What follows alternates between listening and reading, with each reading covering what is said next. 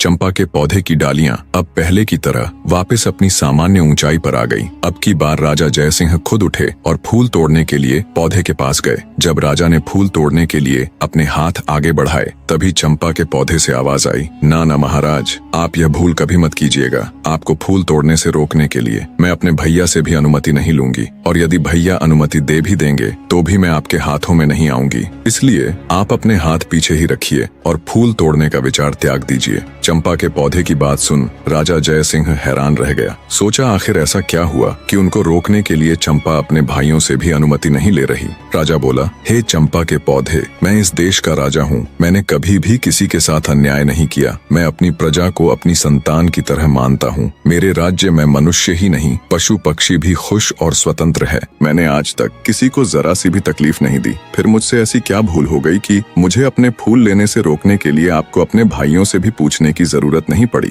तब चंपा के पौधे से आवाज आई, हे राजा महाराज, इसमें कोई शक नहीं कि आपने आज तक किसी भी जीव जंतु को कोई तकलीफ नहीं दी, परंतु महाराज, आप में एक सबसे बड़ी कमी है कि आप कान के कच्चे हैं। जो कोई भी आपसे जैसा भी कहता है, आप बिना सच्चाई जाने वैसा ही मान लेते हैं। खुद से कभी भी सच्चाई जानने की कोशिश नहीं करते। आपने प्रजा को तो संतान मान लिया, लेकिन क्या कभी आपने अपनी संतान की खोज खबर करने की जरा सी भी कोशिश की? क्या आपने कभी ये जानने की कोशिश की कि आपकी अपनी संतान कहाँ है? अरे छोड़िए राजा महाराज, आप तो अपनी गर्भवती पत्नी की भी सुरक्षा तक नहीं कर पाए। बिना सच्चाई का पता किए आपने एक सच्ची नारी को धोखेबाज कहकर नौकरानी बना दिया। तो जाइए महाराज, जाकर अपने राज्य को संभालिए। आप मेरे फूलों के बिल्कुल भी योग्य नहीं हो। चंपा के पौधे की बात सुन बेचारा राजा निरुत्तर हो गया और चुपचाप मुंह लटकाए वापस अपनी जगह पर आकर बैठ गया। उनके मन में हजारों सवाल एक साथ उठ रहे थे। उन्हें कुछ समझ नहीं आ रहा था, क्या सच है क्या झूठ।